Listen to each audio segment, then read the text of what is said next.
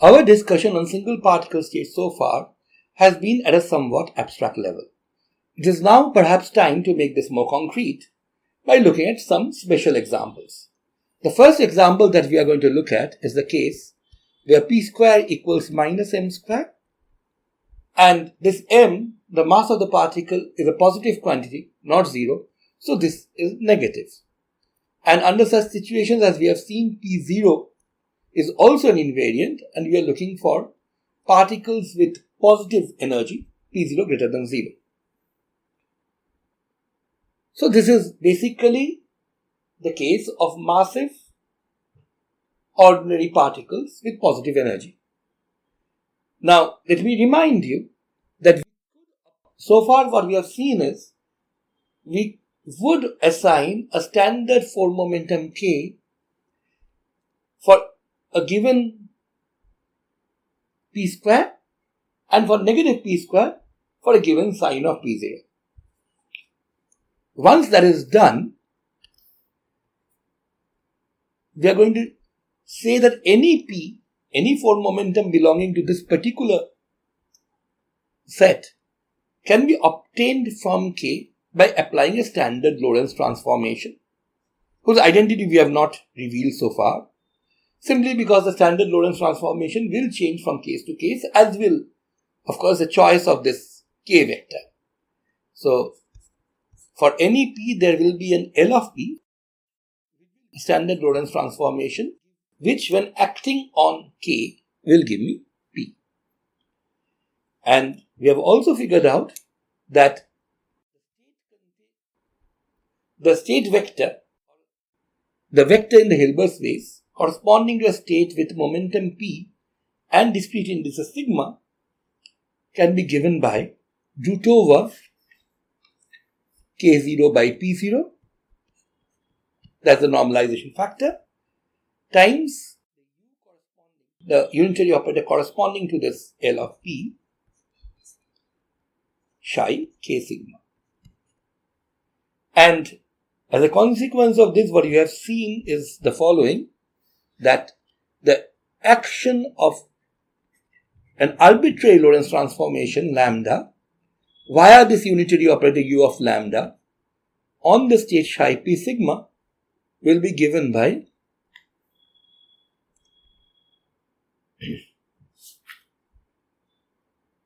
root over lambda p's zeroth component is a transformed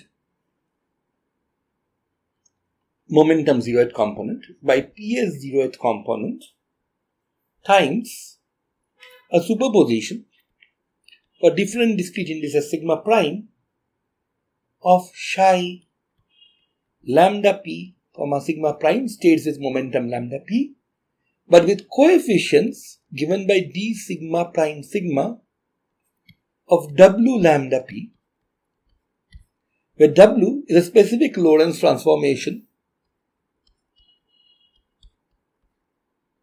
given by L inverse lambda p lambda L of p. And the all important thing is this particular Lorentz transformation carries k first to p via the action of Lp, then to lambda p via the action of lambda, then back to k via the action of L inverse lambda p. So this particular w leaves k invariant and hence is a member of the so-called little group or the isometric group of the form momentum k mu. And these numbers d sigma prime sigma w lambda p are nothing but representation matrix elements of the little group. And as we have already stated, since the little group is simpler than the whole of the Poincare group, it should make it easier for us to work out the action of u of lambda on any state. So let us see how this works out for our specific case. First, we need to choose a standard form momentum consistent with our case that p square is minus m square and p0 is positive. So we want a form momentum for which k0 will be positive and k square will be minus m square. And the simplest such form momentum that we can think about is the form momentum that we will take. So we will take k mu in this case simply as a purely time-like 4-vector with M as a 0th component and 0, 0, 0 as the spatial components or the spatial momentum vector components. So this actually describes a particle of mass m at rest. So this is my K mu. Now, this immediately tells us what our little group for this particular case will be. The little group must keep m 0, 0, 0 unchanged. That is, it must consist of all such Lorentz transformations which keeps a massive particle at rest, again at rest. Now, because of this condition, it is obvious that no boosts can be involved, because if you involve a boost, then you are going from one frame to another inertial frame which is moving with respect to the first one, and so a particle at rest in one frame will not be at rest in the other. So the kind of Lorentz transformation that we are talking about here, and remember we are only talking about proper orthochronous Lorentz transformations, is a rotation. And in fact, it is obvious that under every rotation, the time-like part of a 4-vector does not change. And since the spatial part here is nothing but the null vector, that also will not change no matter which rotation we carry out. So the little group in this case is nothing but the group of all possible rotations which are in one-to-one correspondence with all possible orthogonal 3x3 matrices with determinant 1. Remember, orthogonal 3x3 matrices can have determinant of +1 and -1. This is simple to prove from the definition itself. And rotations being connected continuously to the identity has to have determinant +1. So that's why the group of all rotations is nothing but the group SO3. Thankfully, SO3 happens to be a very, very well-studied group in where the entire theory of angular momentum in quantum mechanics is, in a sense, a study of representations of the rotation group. So, we know all possible irreducible representations of the rotation group, and even if you do not think you know of them, if you have studied angular momentum in quantum mechanics, then you actually do know them. Maybe not in that language. So what exactly does angular momentum theory tell us about what a rotation of coordinates does to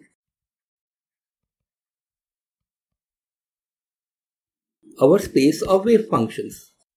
Remember, all our wave functions can be linearly combined, and therefore we have a linear vector space in our hands. And when you rotate your coordinates, the wave functions mix. That is, you may have started with a particular psi k sigma, but when you rotate your coordinate system, in the new coordinate system, the same state is described by a linear superposition of different psi k sigmas. Now, one thing we already know, that all wave functions don't mix. Only wave functions with a particular k will mix.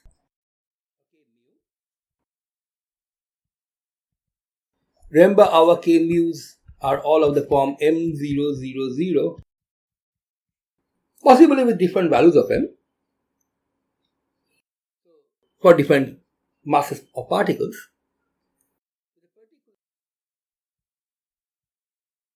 That's straightforward because k mu is not changed when you rotate your coordinates. That is the whole point of rotations being part of the little group of this k mu. Now,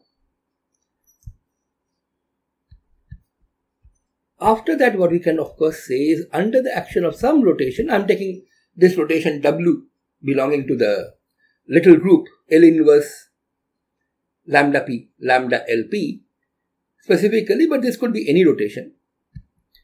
What you would get is some combination, as we have already said, d sigma prime sigma of W, psi k sigma prime. States with different sigma prime mix, but only the same k, as I have already said.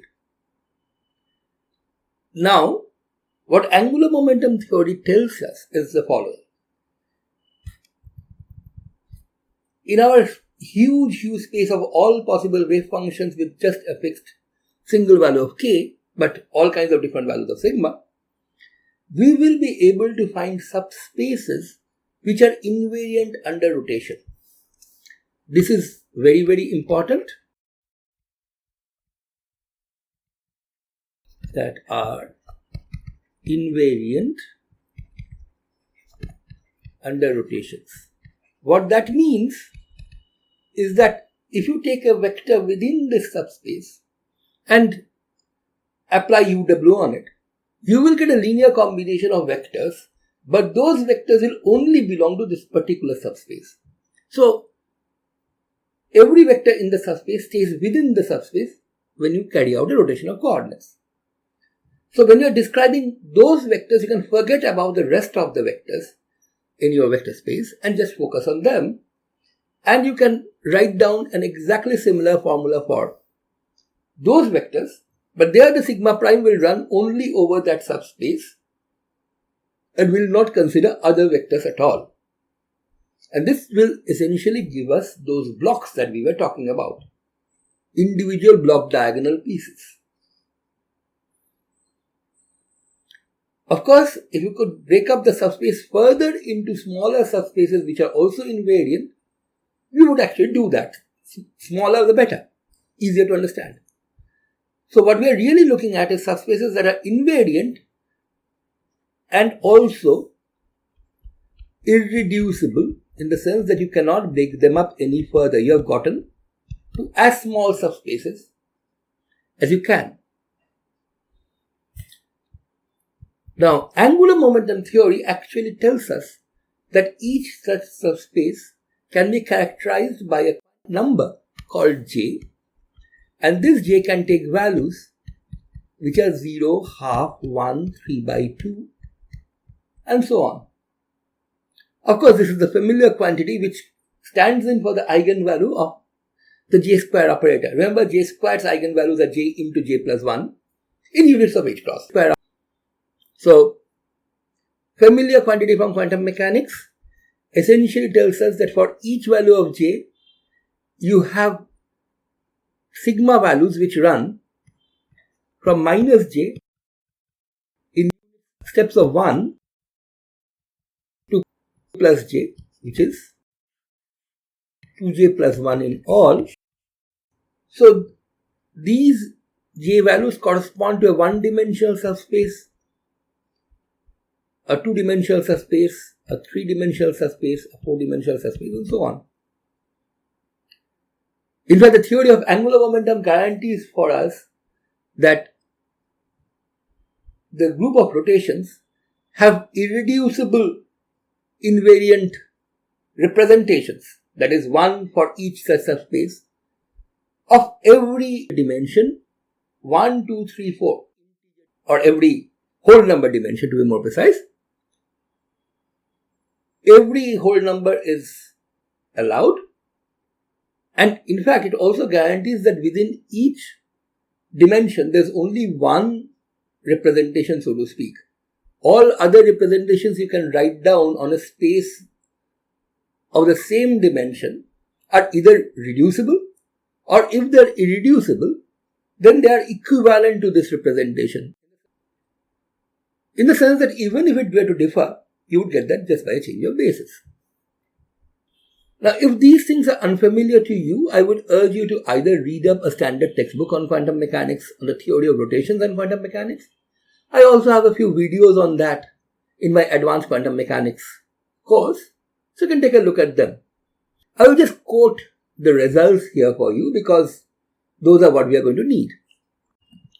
Within each subspace characterized by a value of j, the discrete index sigma runs from minus j to j plus j, 2j plus 1 values. So we have a 2j plus 1 dimensional subspace, and the action of a rotation is easiest to describe for infinitesimal rotations. You can of course build up the effect for finite rotations out of the infinitesimal rotations using exponentiation as we described earlier. But for the time being, let me just tell you what happens for infinitesimal rotations. So, an infinitesimal rotation R can always be described by an matrix Rik, which is very close to the identity matrix. So, you have delta Ik for the diagonal elements plus an additional piece which is infinitesimally small, and this infinitesimally small piece obeys theta ik is minus theta ki. It's completely antisymmetric. The argument for this is exactly the same as the argument that we gave earlier for the parameters, infinitesimal parameters which described Poincare transformations. You can work it out yourself starting from the fact that rotation matrices are orthogonal, so RTR equals identity. That will immediately give you this result. And corresponding to each of these theta ik's, there are generators of rotations which we call JIK. These are actually identical to the J mu news we had met earlier if we were to restrict the mu's and nu's to spatial indices alone. And in a 2j plus 1 dimensional subspace characterized by this J, the matrix elements dj sigma prime sigma for an infinitesimal rotation identity plus theta will be given by, well, you will get delta sigma prime sigma, which you would get for identity. After all, if you did not rotate at all, the state will not change. So psi k sigma will stay psi k sigma, and then the corresponding matrix has to be the identity matrix with elements delta sigma prime sigma. But the correction that you get because of this infinitesimal rotation piece is I over 2 theta ik j ik j sigma prime sigma, where j ik's are matrices. Basically 2j plus 1 by 2j plus 1 matrices, which are really nothing but matrix representations of the operators J, I, K that we had met earlier. How do we figure out what these matrices are? Well, we can figure them out from scratch, but angular momentum theory already tells us what they are. It tells us, for example, that J12. By the way, how many JIKs do you have? As many independent theta IKs you have. But theta ik's, well, there are 2 indices, each of which can take 3 values, so it looks like there are 9 theta ik's, but the antisymmetry condition reduces them to 3 independent theta ik's. After all, theta i's are all 0, and of the 6 off-diagonal possible thetas, if you know 3 of them, you know the other 3.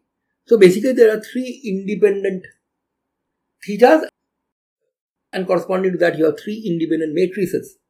JIK, of course, when I say 3 independent matrices, I mean one set of 3 independent matrices for each value of J. And J12 for a given value of J. This is essentially what we call J3 in angular momentum language, is a matrix of sigma prime sigma element is simply given by the number sigma times delta sigma prime sigma. This is a diagonal matrix with the eigenvalues of the matrix being just the sigma values. Just think of our operator J3 and our states small jm, where m is the eigenvalue. This is exactly that, except that we are calling m's sigmas just because we have been calling them sigmas in general. Now, what about the other 2 matrices? There are J23 and J31.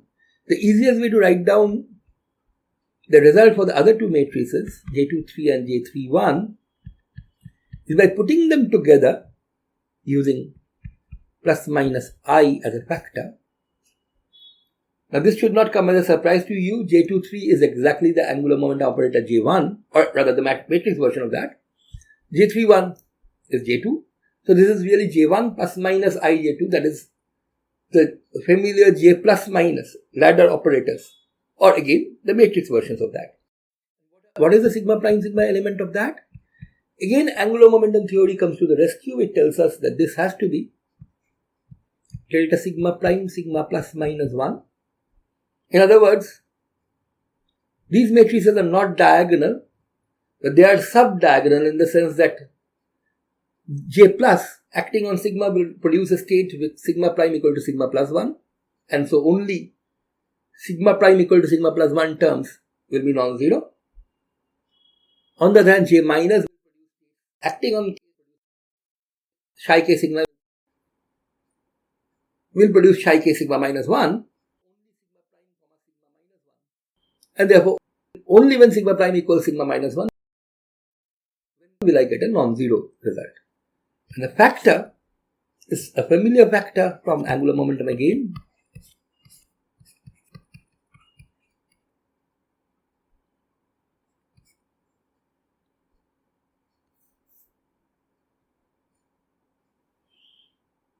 And this actually gives you a complete description of what the matrix elements of J12, J23 and J31 are for every value of J. So you can build up at least infinitesimal rotations directly from what we have seen here, and finite rotations can be built up by exponentiation.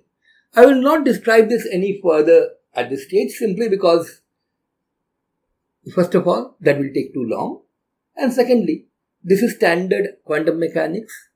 Just take a look at any quantum mechanics text, as I said, or if I can plug my own work, watch my lectures on rotations in quantum mechanics. Any one of them will give you a decent idea about exactly what is going on if you don't know this already. It is possible that one may lose sight of the wood because of the trees. So let me just stress once again what is really important here. We have figured out exactly what kind of numerical combinations a state with a definite J will have when you were to rotate it. However, these exact coefficients that we have written down here are not that important for us right now.